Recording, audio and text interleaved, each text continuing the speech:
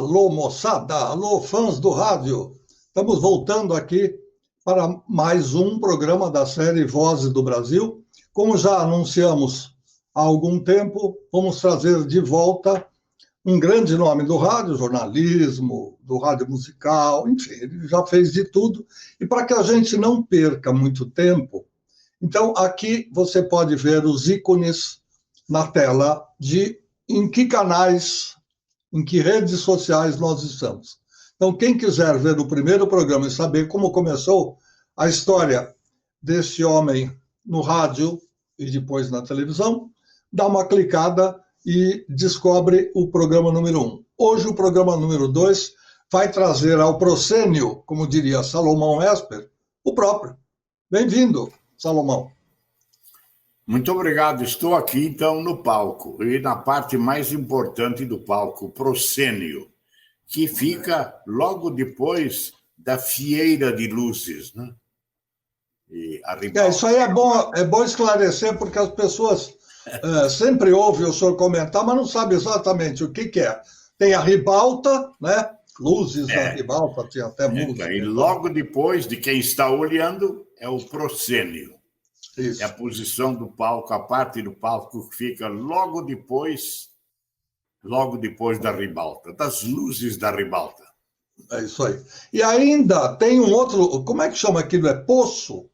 Aquela parte que fica aberta e que eventualmente o maestro fica escondido e a gente não vê na plateia. Tem um buraco lá que normalmente... É um fosso mesmo, eu não sei exatamente, mas popularmente se fala no fosso.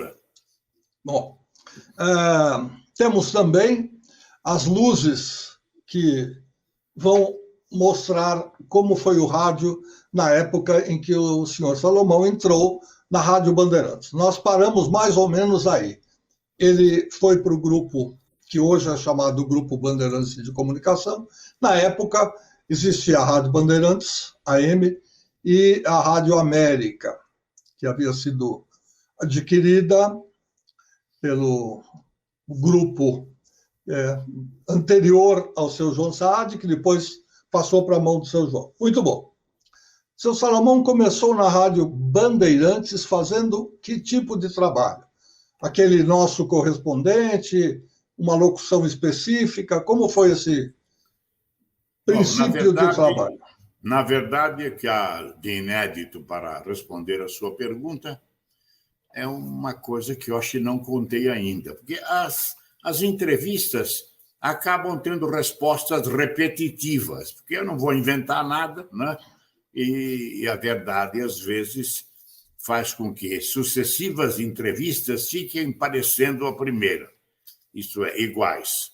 Mas eu fui para a Rádio Bandeirantes porque apresentava um programa de auditório na Rádio América, programa de auditório de relativa notoriedade para os recursos da emissora e o rádio da época. Eu apresentava um programa de calouros que me levou para a Rádio América, saindo da Rádio Cruzeiro do Sul, que é a Rádio Piratininga atual, e atual não, porque foi extinta. E eu fui convidado a fazer um programa de auditório na Bandeirantes, antes de ter ido para lá.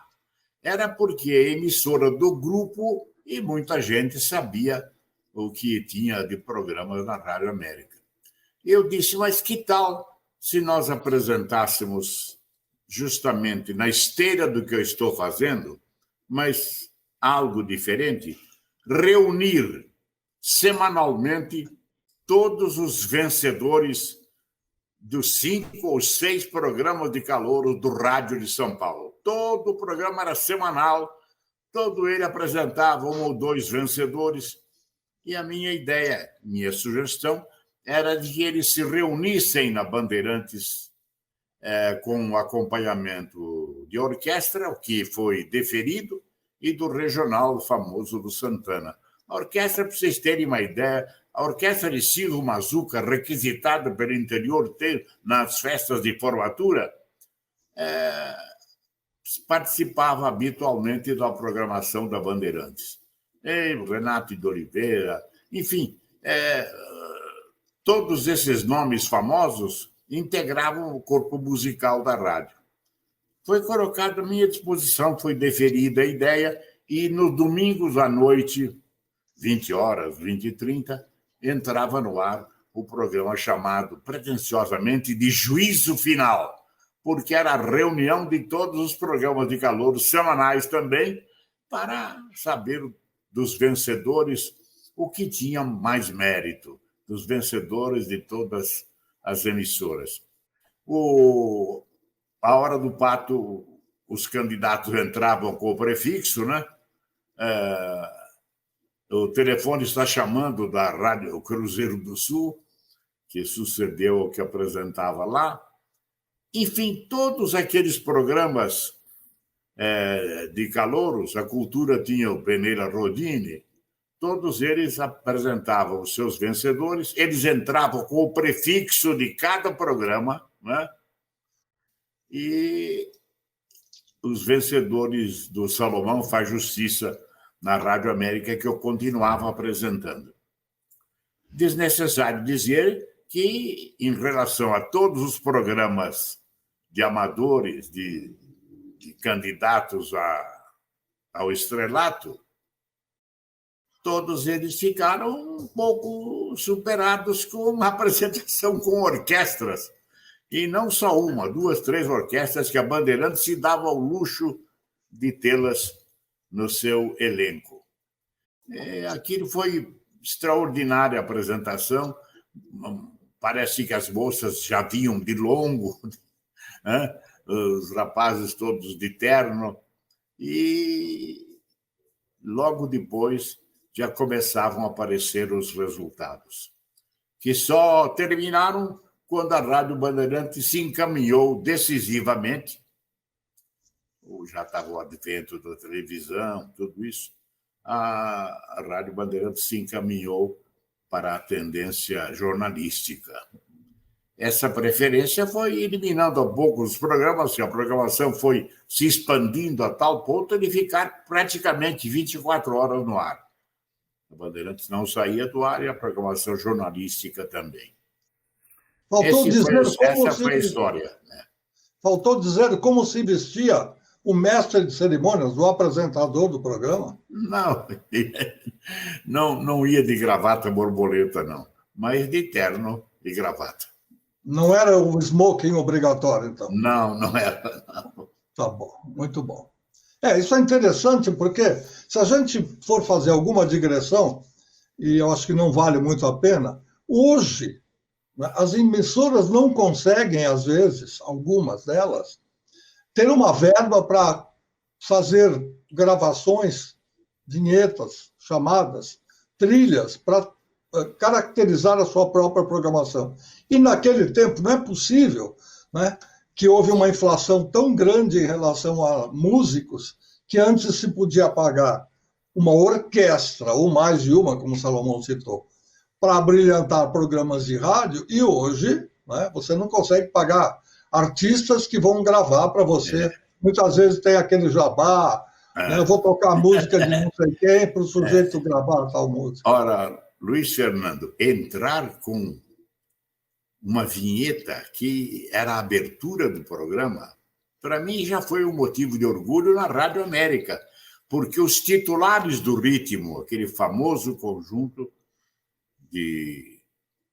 dos artistas desprovidos da visão, todos eles, né, gravaram para mim o prefixo. A ideia deles, baseado no que apresentava o programa, e o prefixo, se não me engano, era "A vida está para o Salomão, que não é rei, mas fez a lei na mão. Sabedoria não lhe falta, não. E se o calor enguiça, Salomão faz justiça." Isso, cantadinho pelos titulares do ritmo, é realmente um sucesso. Depois eu acho que nós podemos até, já que falamos em vinhetas e trilhas e tal, falar da produção que Salomão e um grupo de amigos teve durante um outro tempo da sua vida. Mas isso aí é para daqui a pouco. Antes disso, a emissora, conforme foi dito há pouco, é a Rádio Bandeirantes AM. São Paulo, 840 quilociclos e depois quilohertz. Isso simplesmente porque o engenheiro alemão que percebeu e descobriu que as ondas concêntricas que formavam os ciclos do rádio eram feitos desta maneira, como quando a gente joga uma pedrinha na água e aquelas ondas se propagam, e aí o ciclo ganhou o nome de Hertz em homenagem a ele. Por isso, quando alguém for escrever megahertz ou kilohertz, deve colocar o M ou o K em minúscula e o H em maiúscula, o H e o Z em minúsculo, porque H é o nome do homem. Muito bom. Seu Salomão vira a rádio, está entrando pelo lado jornalístico, como ele disse.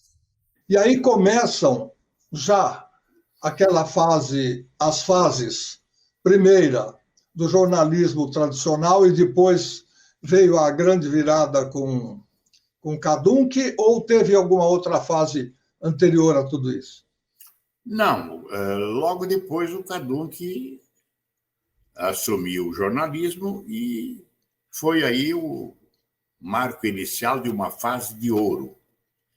Ele tinha um estilo original, conseguiu que os seus companheiros de redação também fossem competentes, gente que atuava na Rádio Bandeirantes, na Rádio América e depois na Rádio Bandeirantes.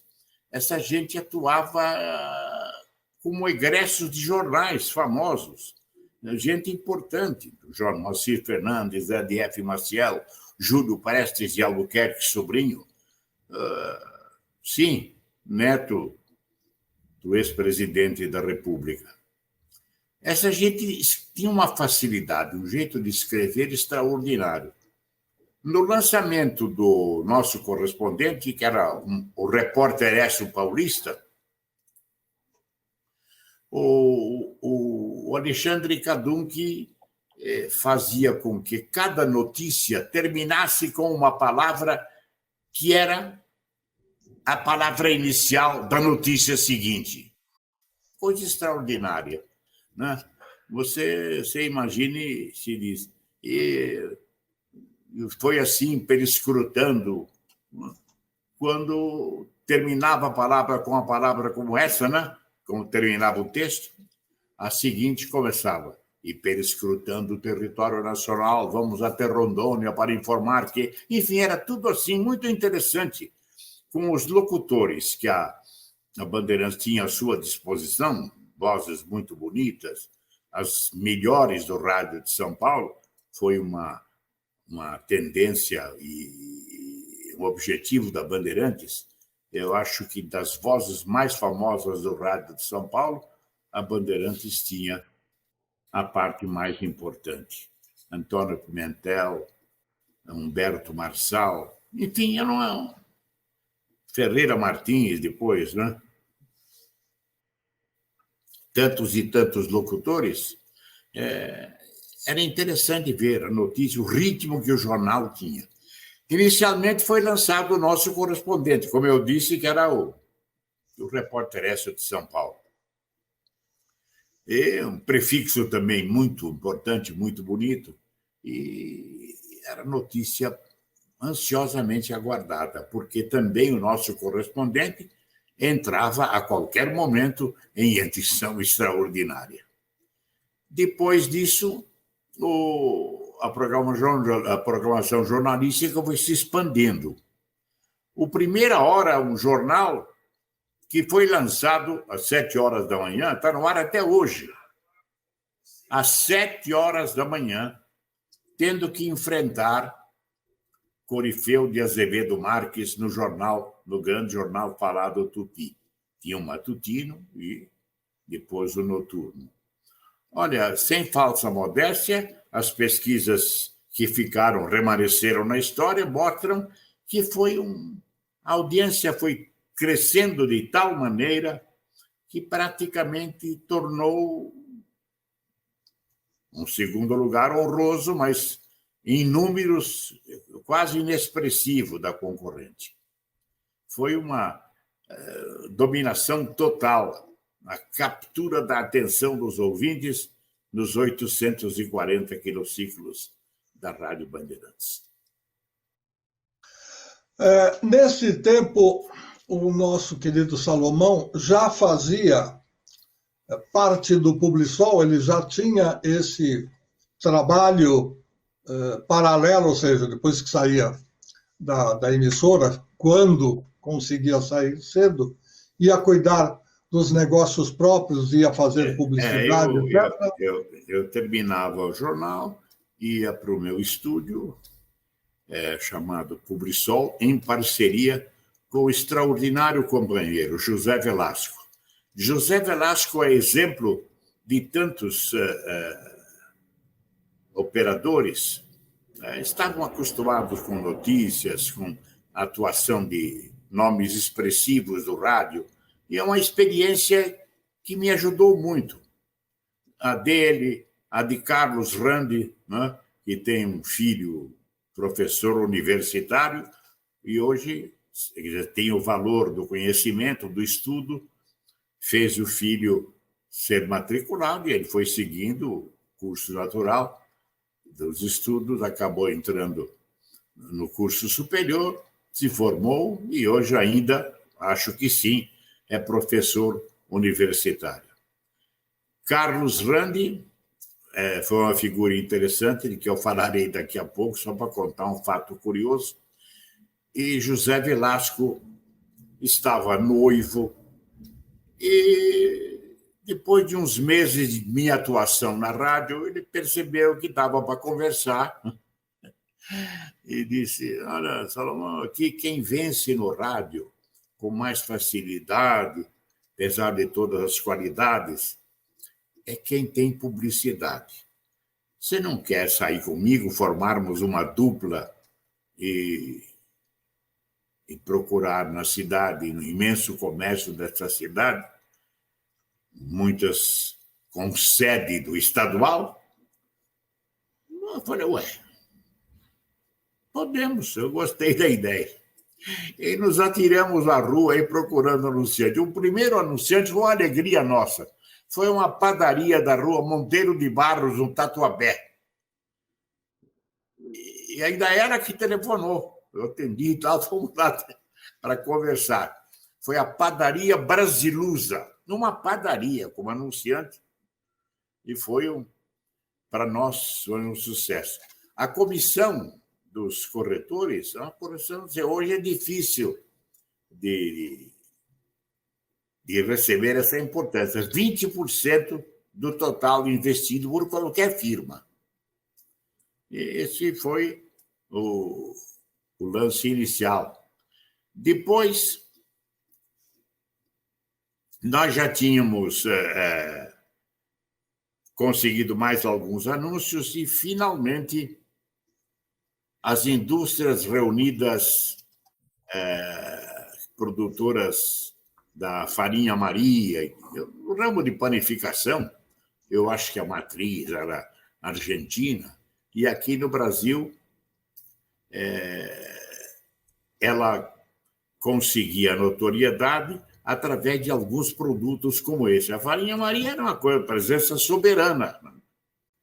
E eles, a Bandeirantes, a Rádio Cruzeiro do Sul, transmitia diretamente do Mosteiro de São Bento. Diretamente do Mosteiro de São Bento, a hora certa era registrada. Nós fazíamos, de hora em hora, né, a voz dos sinos do Mosteiro de São Bento trouxeram o som das 15 horas. Né? E aí seguia-se o texto da Farinha Maria. Fácil imaginar que isso foi de agrado dos ouvintes. Os textos eram sempre ligados, né? Microfones da Rádio Cruzeiro do Sul, instalados no Mosteiro de São Bento, trouxeram o som das 15 horas.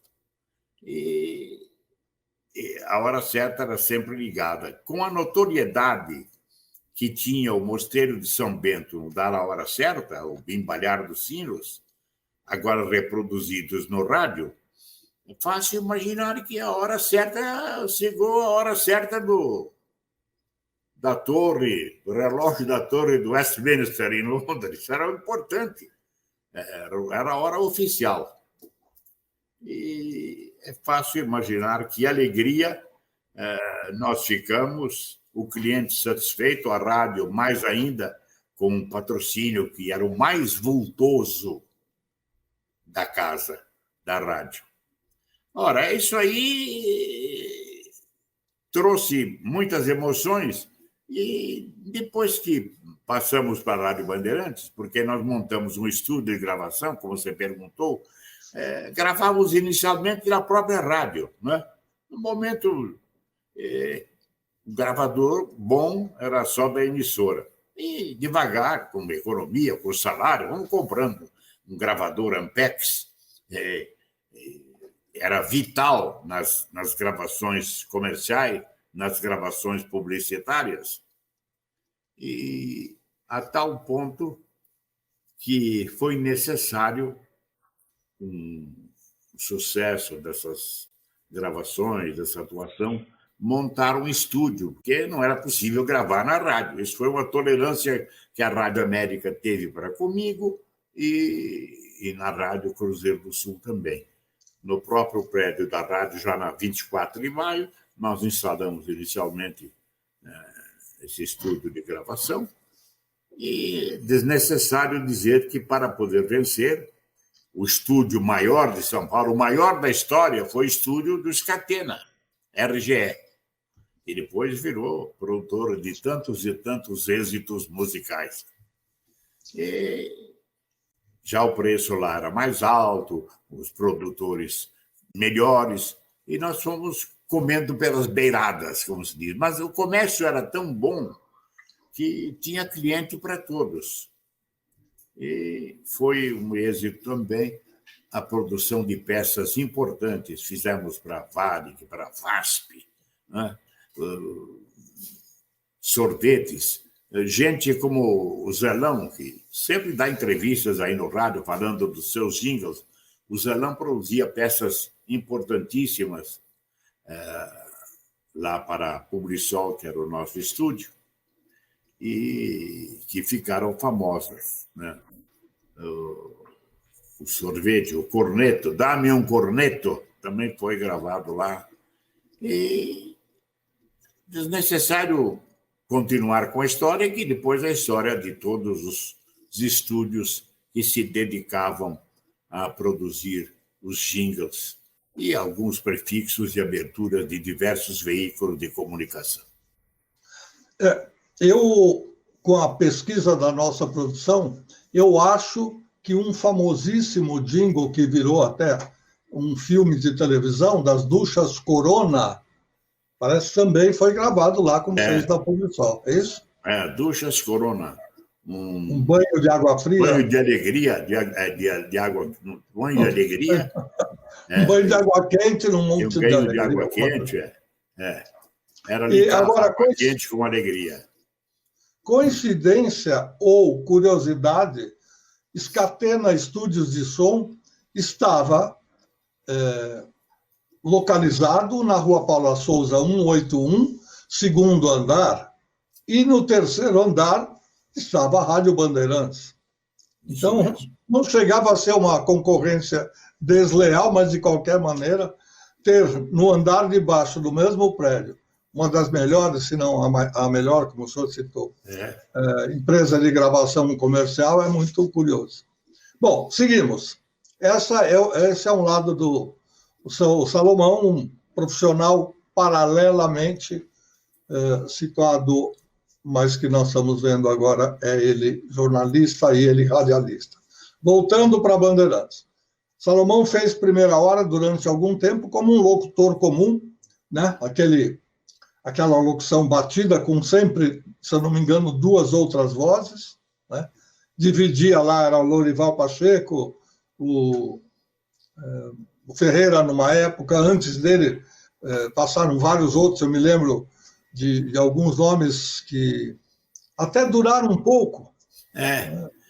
Tinha o pessoal de Santa Catarina, cujo nome era diferente de quase tudo, um pessoal, não um locutor. Depois, eles se eles desfilavam por ali até aparecer um outro tipo de trabalho ou até uma outra empresa que os contratasse e tal. Vários deles a gente vai tentando lembrar, mas não é fácil. Não só para Na a parte memória. musical, evidentemente que você tem conhecimento e autoridade para falar dos sucessos da RGE, não é? Não era o Scatena da publicidade, depois evoluiu e teve esse estúdio que os disc jockeys a todo momento falavam, né? Gravação RGE. Eu falei para você, Malhoca, também, além do José Velasco, meu companheiro de longos anos, algumas décadas na publicidade e depois no estúdio de gravação. E citei o nome do Carlos Randi. Inesquecível. Eu não tinha cursado nenhuma escola, não sei, fundamental, mas tinha uma experiência, uma agudeza de observação, né? Que era admirável, valia a pena trabalhar com ele. E eu estava no começo da década de 50, que eu fui para a rádio, quando saí para a Rádio América, mas no começo da década de 50 eu estava ainda na Rádio Cruzeiro do Sul e estava apresentando um programa musical. Eu acho que era de 4 às 7 da noite, ou de 4 às 6. E o Carlos era o operador de som. Naquele tempo se falava técnico de som, depois operador de som. E estava lá o Carlos Randi, o Carlão, aquela figura imponente, né? Maçudo, alto na técnica. Naquele ano, eu estava empolgado com as manifestações na televisão, não, no rádio, principalmente, depois na televisão, e no jornal que ele fundou, a Tribuna da Imprensa, o jornalista e prócer político Carlos Lacerda. Eu esperava às 5 horas, no máximo chegava a Tribuna da Imprensa lá na Praça do Patriarca, na banca de jornais que ficava exatamente em frente às janelas no fim do auditório dos estúdios da Rádio Cruzeiro do Sul para a Praça do Patriarca. E, às vezes, os donos da banca, 2 rapazes, olhavam para a janela, me viam lá no alpendre, olhando, e levantavam o polegar dizendo: já chegou o jornal. E, imediatamente, companheiros me traziam o jornal e eu não vi a hora de abrir a Tribuna da Imprensa para ler o editorial, né? O artigo assinado todos os dias por Carlos Lacerda. E eu estava entretido na leitura, estava tão empolgante um dia o artigo, que eu fiz abstração do mundo ao meu redor, estou lendo, de repente toca uma campainha. Era assim que o operador se comunicava com o locutor, quando precisava atenção, e depois, pelo alto-falante, pela comunicação, falava qualquer coisa. Quando ele apertou a campainha, eu tirei os olhos do jornal, até assustado, olhei para ele estava em pé na técnica, olhando para o visor e dizendo: Salamão, se quiser falar, está às ordens. É inesquecível isso, essa gentileza com essa observação. Já tinha terminado o disco, não podia ficar um buraco muito grande antes de prosseguir. E ele me advertiu para que eu evitasse aquela distração. Foi uma história sensacional, das muitas que envolviam a figura carismática do Carlos Randi, companheiro de atuação do meu sócio José Velasco. Muito bom. Alguém mais da área de produção, entre tantos nomes como já foi citado? Na Bandeirantes? No estúdio. Não, no estúdio. Não, no estúdio não tem dúvida. Aquele tempo também, o Scatena tinha o Vitor Dagô, era um nome respeitadíssimo. Depois eles todos começaram a virar freelancer e a gente solicitava para eles, quando o cliente era bom e precisávamos vencer uma parada, aí nós procurávamos os melhores. Você se lembra também do Malgeri, que era concorrente, o Malgeri Sobrinho? O Malgeri também tinha produções extraordinárias, né? E cada vez, Lauro Miller, autor de hino de clubes, tanta coisa, todos esses nomes solicitados compareciam imediatamente e quase sempre venciam a parada, né? Quando a questão era de talento, de fazer a produção ser original e merecedora de destaque. Muito bem. Concorrências à parte, estúdios de lado, vamos voltar para o estúdio principal da Rádio Bandeirantes. Naquele tempo, se eu não me engano, como já havia sido criada a televisão, existia estúdio em que se gravavam orquestras dentro do próprio prédio da Bandeirantes. Isso já mais para cá, a gente já está falando de anos bem próximos, não estamos falando dos Para anos mim, 50. Marioca, o mais importante era a transformação, com esses recursos musicais que você alude, essas orquestras, as músicas de sucesso da época. Sempre o maior sucesso tinha a reprodução da Bandeirantes com a letra publicitária da Bandeirantes. Pegava um sucesso, né? E o Faz-me Rir, enfim, olha, nem vou falar porque eram tantos sucessos e às vezes semanalmente ou mensalmente trocavam os discos, as vinhetas da Rádio Bandeirantes.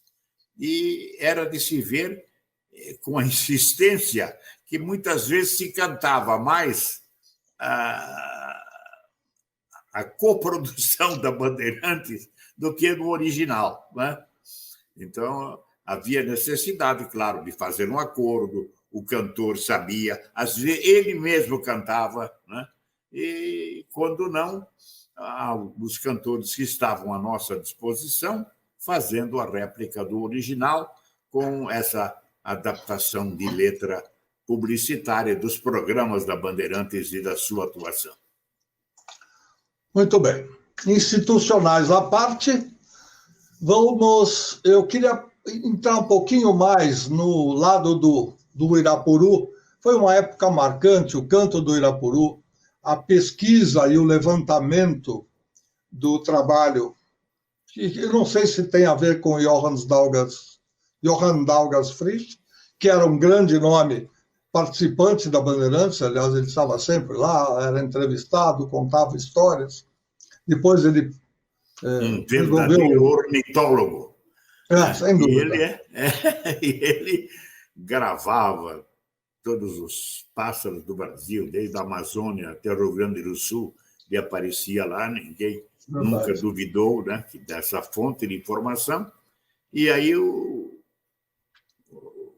Alexandre Cadu, que se namorou aí do Irapuru, e dizia na sua publicidade, iniciava a abertura de cada jornal, o canto do Irapuru exige silêncio. Aí entrava o passarinho lá, com aqueles trinados, né? E aí anunciava-se o jornal. Em alto estilo, porque aquilo pareciam trombetas não tem nenhuma dúvida. Medieval. Uma solenidade. Exatamente, a palavra é correta. Essa fase em que a Bandeirantes entrou e teve daí uma parte bastante longa, com grande sucesso e tudo mais, durou mais ou menos quanto tempo? Olha, eu não sei, foram mais de uma década, não tenho nenhuma dúvida. Cada vez que se apresentava um sucesso musical desse, a reprodução de música já conhecida ou a criação de novos, era o prenúncio de êxito consagrador.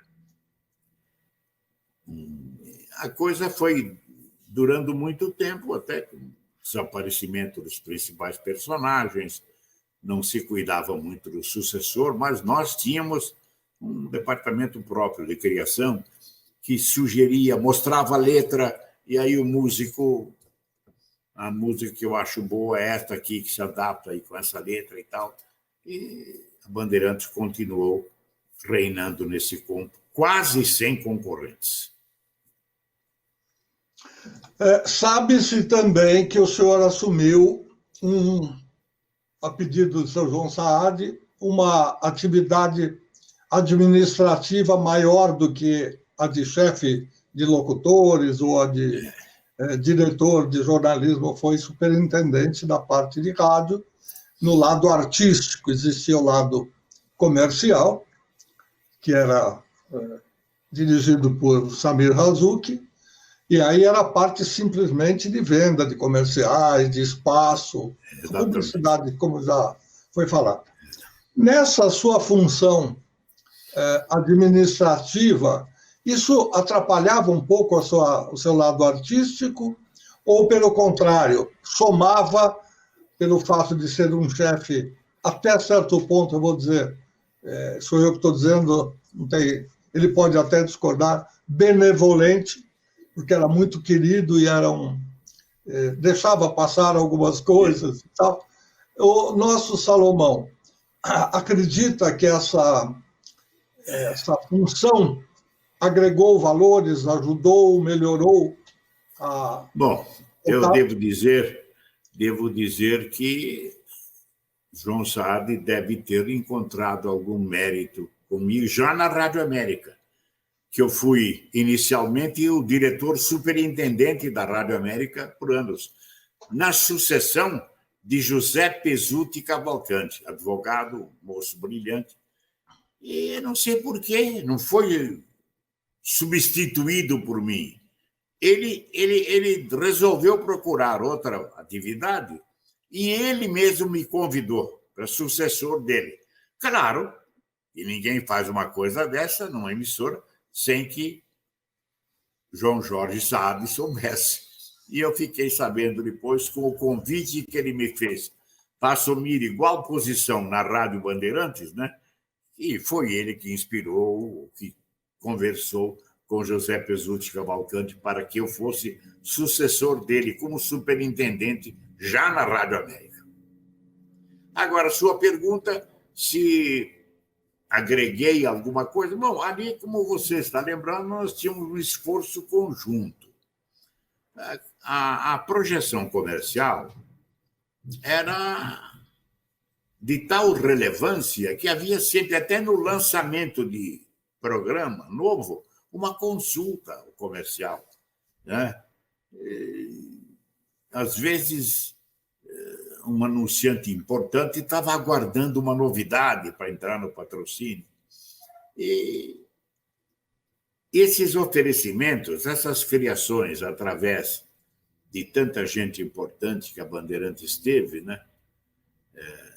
Desnecessário dizer. Até o Oswaldo Moles trabalhou durante muitos anos lá, né? Com aquela sua capacidade de criação. Rui Lemos. Havia também, na parte sertaneja, gente brilhante que se consagrou lá e depois continuou quando mudou a fase jornalística. Não terminou de uma hora para outra o extinguido departamento de criação de programas ditos artísticos, né? Além dos jornalísticos. E nós tínhamos gente do gabarito do Oswaldo Modes, a que me referi, né? Lá na Vando Luiz, produziu tantos e tantos programas e não havia nenhuma dificuldade em ser pioneiro nas novidades, nos lançamentos, nas novas tendências musicais. Tudo isso era feito ali. E, modéstia à parte, eu também opinava quando chegou a minha vez e tinha a participação da escolha. E a felicidade é que quase nunca precisava partir para o veto, porque era tudo tão bom que ficava claro que a aprovação era quase que obrigatória. Muito bom. Eu quero aproveitar esse interregno para homenagear José Pesutti Cavalcanti, que foi meu professor de administração de rádio na Faculdade de Comunicações, na ECA, na USP. Eu tive essa ventura, porque a gente não sabia nada, a gente não entendia nada, a gente gostava mais era de ouvir música, de tocar música ou de falar no rádio. Né? Todos os Essa jovenzinhos... uma novidade para mim, Marioca. Você está me dando subsídio que eu me indagava. Como é que um jurista estava dirigindo uma estação de rádio, né? Agora eu tive sorte, eu tive sorte. Está explicando. E o José Pesutti Cavalcanti tinha também um irmão trabalhando na BBC de Londres há muito tempo. Durante todo o conflito, a Segunda Guerra Mundial, era ele que estava lá. Fazendo noticiário. E eu me lembro que o Cavalcanti, nós estávamos falando de Churchill, da resistência da Inglaterra, e ele falou do seu irmão, que entrou num restaurante na Inglaterra, não havia proibição na solicitação de comida do cardápio, e ele sentou no restaurante.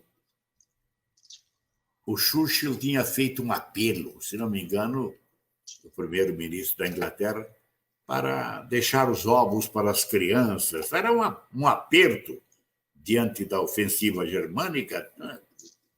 Do heroísmo na defesa do céu da Inglaterra, a atuação dos Spitfire, né? Dos combates aéreos, um avião inglês extraordinário, avião de caça, Hurricane. E ele pediu 2 ovos. O garçom foi, esperou um pouco, voltou com os ovos e praticamente jogou o prato na frente do Cavalcanti. Ele ainda estava praticamente no noviciado, né? Não tinha se apercebido, e um apelo, não foi proibição, ele pediu e serviam. Olha como era o regime inglês. Serviram, mas o próprio garçom desaprovava aquele pedido, já que o primeiro-ministro tinha feito um apelo para que deixasse o consumo de ovos para servir as crianças. Bastante interessante e algo inusitado. Eu jamais ouvi falar nisso em algum momento da minha vida. Bom, seguindo com a carreira de Salomão. Salomão, diretor superintendente da rádio, continua fazendo programa e, num determinado momento, ele assume... Bom, vamos falar agora da entrada de um rapazinho que começou pelo esporte, que depois, aliás, já veio da Rádio América com Brasa, Balanço e Bossa, que era uma programação especial, né? E José Paulo de Andrade, o nome desse rapazinho, passa a incorporar o grupo e do esporte ele vai para o jornalismo e acaba marcando a sua participação no jornalismo a ponto de, quando o grande nome do jornalismo, do comentário, o Trabuco, marca registrada da Rádio Bandeirantes, de Vicente Decorado. Marioca, eu ouvi do próprio Zé Paulo, e adorava o esporte, e pensava que a sua carreira se resumia a progresso cada vez crescente no setor. Ele era locutor de campo, chegou a narrar alguns jogos, e ele achava que ficava muito difícil suplantar os nomes que estavam na titularidade da narração na época, os narradores das partidas de futebol.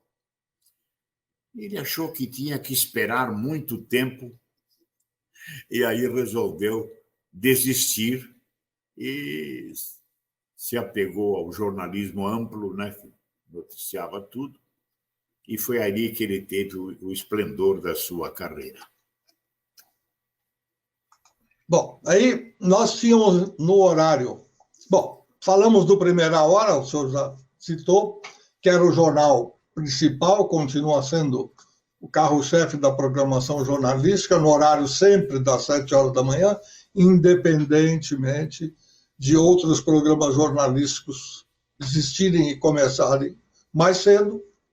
De repente, o seu Vicente Leporassi, que tinha aquela marca das 8 horas, ele vai descansar e parte para a eternidade, torna-se um grande nome do jornalismo, mas aí Salomão e José Paulo são meio que concitados a tomar conta daquele horário, daquele pedaço e manter a audiência. Como isso ocorreu? Isso é um detalhe bastante interessante. Bom, o José Paulo de Andrade, quase simultaneamente com a minha ida para a superintendência, foi convidado para a chefia do jornalismo, diretor de jornalismo da Rádio Bandeirantes. Então, tudo era discutido, né? Com o próprio citado Samir Razzouk, citado por você, diretor comercial. E eu me lembro que nós estávamos na cerimônia fúnebre do Leporassi e já começamos a pensar o que será amanhã sem ele. Não havia um minuto a perder. Apesar de ser o velório, antes do sepultamento do querido companheiro, nós já sabíamos que o assunto importante era aquele. E iniciamos a prosa até ali.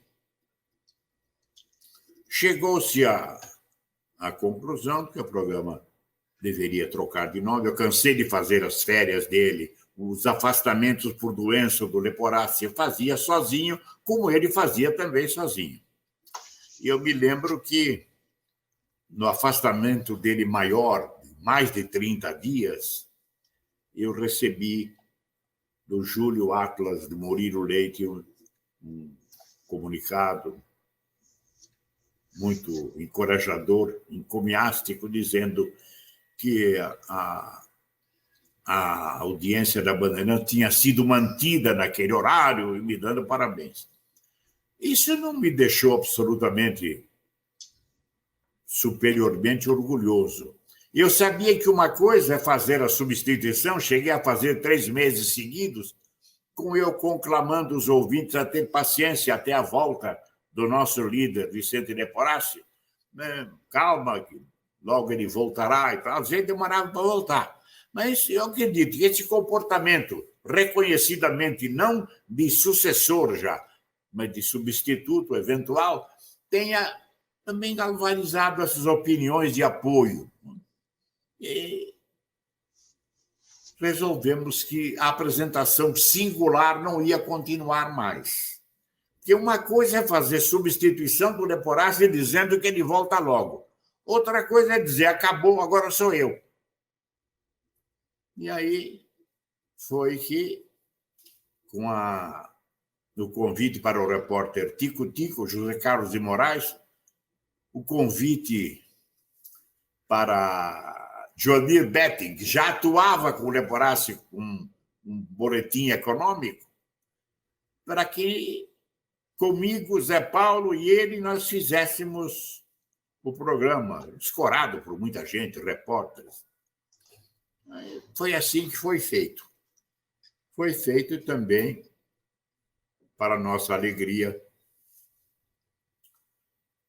permaneceu sempre a saudade de Vicente Leporassi, mas jamais poderíamos deplorar que a audiência tivesse caído com o seu desaparecimento e a nossa substituição, que foi tríplice, não é?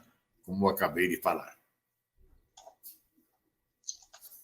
Curioso que, às vezes, os estilos de programa têm que mudar, a adaptação tem que ser muito rápida, porque, como foi dito, depois do falecimento e do velório, o programa continua. né?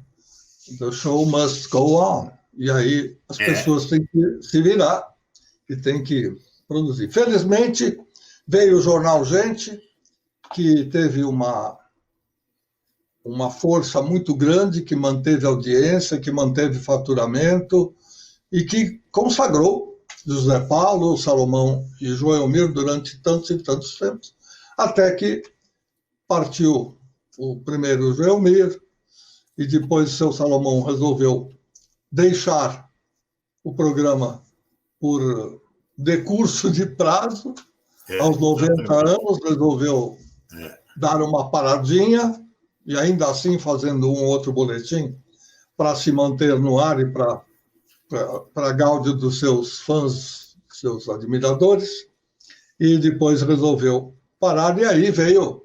O curioso é que vão aumentando, né? De repente, era um, viraram 3, hoje são 4 ou são 5. O José Paulo é que deplorava, né? Cada vez me ligava, você não pode parar, mas eu comecei a ter falhas, né? Eu comecei a ter alguns problemas que a idade traz.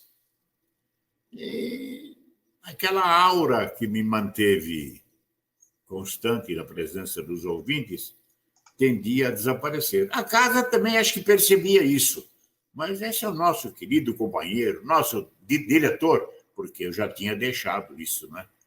Com o falecimento de João Jorge Saad, a assunção do João Carlos Saad, as coisas foram mudando e eu percebi, aí sim, eu percebi que era hora de deixar a direção, era hora de deixar a superintendência da rádio, o que foi feito. Quais as manifestações comuns, né, nesses momentos, como quem deplora, mas por que você vai fazer isso? Quando parece que já era o desejo até da casa. Muito bom. Estamos conversando com Salomão Esper, que conta trechos, estamos até acelerando bastante, porque são tantas histórias. E eu, que conheço algumas em particular, fico curioso, às vezes, para pedir para ele contar uma ou outra coisa, porque são histórias que não vão ser repetidas por nenhuma outra pessoa. São momentos vividos pelo Salomão, ou que ele observou durante toda essa vida profissional, e que ele trazia, né, pensava momentos ou fases ou partes desse rádio que hoje está sendo homenageado pelos seus 100 anos aqui no Brasil, e é por isso que nós estamos conversando com esse homem. Muito bem. Salomão ficou mais ou menos em casa participando do programa. Aliás, essa tecnologia que veio a seguir, ela facilita de um lado, mas ela tira, eu diria, o tesão do outro lado. Porque ir para o estúdio, conviver com os colegas, estar lá é uma coisa. Você tem um aparelhinho que você liga uma chavinha, o operador fala do lado, vamos testar, vamos, 1, 2, 3. Pode entrar. Sabe, não é a mesma coisa. Há uma diferença fundamental, mas tudo é justificado. Você imagine falar de Brasília como se estivesse no estúdio aqui de São Paulo. O mesmo som, a mesma qualidade, aquela mesma proximidade. Mas para quem não está no estúdio junto com a equipe, claro, é isso que você acabou, né, com sabedoria definindo aí nessas suas observações. Eu até diria que diria mais, viu, Marioca? Não é fazer de Brasília. A Sônia Blota está fazendo de Paris, como se estivesse no estúdio, participando do Jornal Gente. É uma coisa verdadeiramente extraordinária. Não se nota nenhuma diferença, nem da altura, da intensidade, do grave, do agudo da voz. É a Sônia Blota daqui, falando de Paris. Felizmente, esta vinda, né, do streaming, que também está permitindo que nós conversemos, o senhor da sua casa, eu do meu estúdio, o Timeline, que é uma mesinha de som super enxuta, pequenininha, e que basta ter uma ligação telefônica ou uma ligação via modem, que é o base, né? Todo mundo precisa ter uma ligação de internet, e aí a gente fala em qualquer parte, em qualquer parte do mundo. Do mesmo eu fiz jeito durante que você... muito tempo com esse aparelhinho aqui de casa, quando, por motivo de acidente, eu tive que me afastar, não podia ir, fraturei, quebrei o fêmur em 3 lugares e fui operado. Né? Aí começaram as dificuldades se agravando. Pois é, e o curioso de tudo isso é que a tecnologia ela facilita de um lado, mas como eu disse antes, estar no estúdio é outra coisa. Estar com os colegas, o ambiente, não tem como. Agora, o rádio tende a ser feito picadinho, vai ser assim daqui para frente e deve aparecer muita novidade tecnológica que vai permitir que as pessoas fiquem, cada uma na sua casa, e possa fazer alguma coisa que a gente vai mais ou menos chamar de rádio. Então, Salomão, eu, para dizer a verdade, sempre me sinto constrangido, mas ter que encerrar o segundo programa da série vai dizer, lá no meu íntimo, que nós vamos ter que ter um terceiro programa para contar outras histórias, porque eu não perguntei, acho que 1/4 do que eu gostaria. Aquelas pinçadas que eu citei, ainda não tive chance, eu queria mais saber da história e queria passar muito rapidamente, porque não dá tempo de contar detalhes, afinal de contas são 70 anos de profissão, 72, 73. Cada hora que der tratos à cabeça, é possível que eu me lembre de algum outro fato curioso, né? Para não ser repetitivo. Eu mesmo vou fazer uma pesquisa, porque do mesmo jeito em que eu procurei não repetir o que a gente já conversou no primeiro programa, que está pronto, vou repetir, para você que ligou o rádio agora, como a gente costuma brincar de vez em quando, nos canais que estão aí aparecendo os ícones na lateral, você encontra todos os programas da série Vozes do Brasil e também o primeiro programa do pacote triplo de Salomão Esper. Esse é o segundo. Quero agradecer a sua paciência, o seu tempo, que eu sei que não é lá muito fácil, deixar o repouso, o descanso, para depois ter que ficar diante de uma câmera, quase que aí impoluto, para responder e dialogar com os amigos, mas é extremamente importante que a gente faça isso e deixe gravado para a história do rádio. Então, de qualquer maneira, sabendo da sua boa vontade, eu agradeço e digo para que se prepare, que em breve nós estaremos gravando o terceiro, e aí eu vou ver se eu consigo fazer uma pré-produção para pegar só coisa que ninguém sabe, que ninguém ouviu, que o Salomão ainda não falou em nenhuma das milhares de entrevistas, principalmente num ano festivo como esse. Tem homem que dá entrevista quase que semanalmente, é Salomão mesmo. Obrigado. Muito obrigado também. Este foi Salomão Esper Salomão, que nós explicamos no primeiro programa por que o nome duplo, no começo e no fim. Você vai lá e vai ver. Agradeço a participação de todos vocês que nos ouviram no podcast ou que acompanharam nas redes sociais. E a semana que vem a gente volta.